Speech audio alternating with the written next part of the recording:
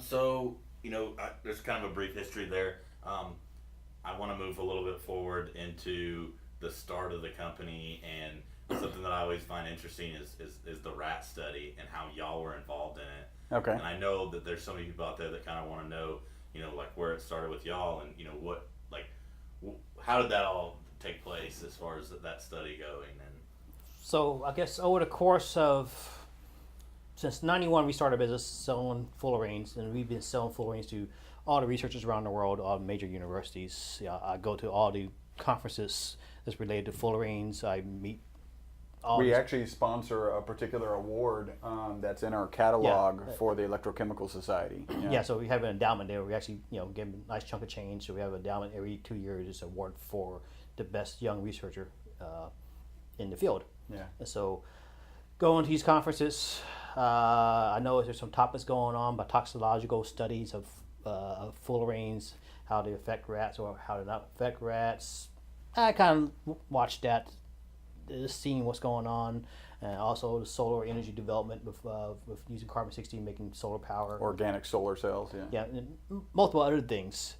But the rat study kind of intrigued me. I think before we get into the rat study, one of the things that remember we explained it actually one time. The UPS guy asked Robert, "So what do you guys do here?" And Robert went on this, and really he said kind of this. He said, "Listen, we create C60, and C60 is a pretty amazing material. It actually performs as well or better than the current best material in paint, in tires, at solar cells. It's actually cost competitive with lithium and batteries." And so we went into all of this. And this was probably like 2-3 minutes, and Rob's kind of proudly wrapping this up, and the UPS guy was, so basically you're a scientist?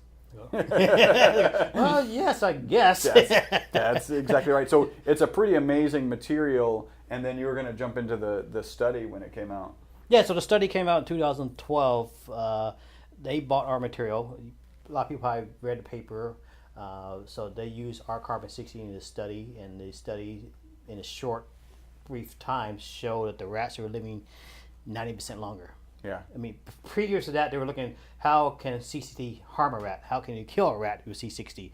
And they found that the rat basically excreted out the C60 out of the bodies, and the rat lived to be healthy. Turns out 90% longer. Yeah. Turns out that's the longest single study of longevity, even though it was originally a toxicity study, in history. So other types of longevity that people might study are, different antioxidants might give a 7. I think there's one company out there marketing antioxidant that increased life by 7%. I think you can get as high as 15% with like massive starvation. This is a 90% difference in addition to lifespan. So it is the single longest life extension study ever. Yeah. So as soon as that study came out, and at this time I was more involved in another business, an internet marketing business. So Rob was really kind of managing this and keeping me up to date. And he's like, "So Chris, I'm getting calls now. This is about halfway through 2012. People are calling and asking for a dose. Well, how much in a dose?" And both of us were like, "Whoa, whoa, whoa, whoa. We sell this for tires and paint and organic solar cells. I'm not going to recommend that you put this in your body."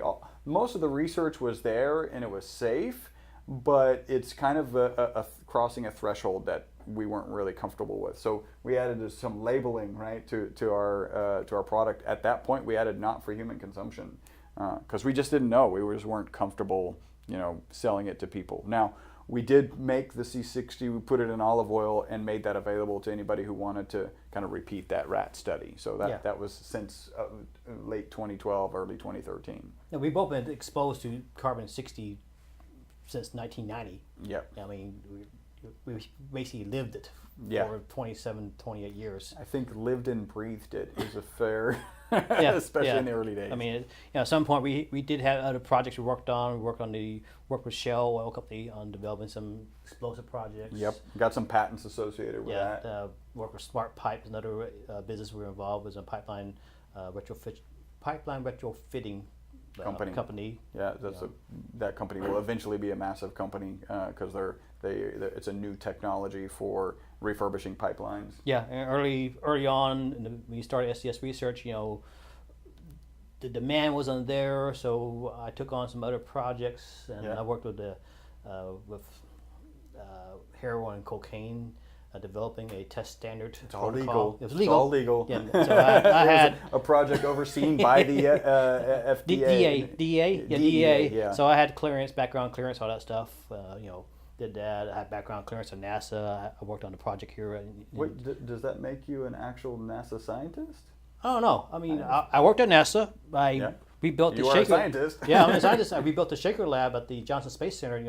The shaker labs, when they had the Saturn V missiles Right. go to the moon, they actually took the whole rocket, not the whole semi rocket, took The booster physical rocket.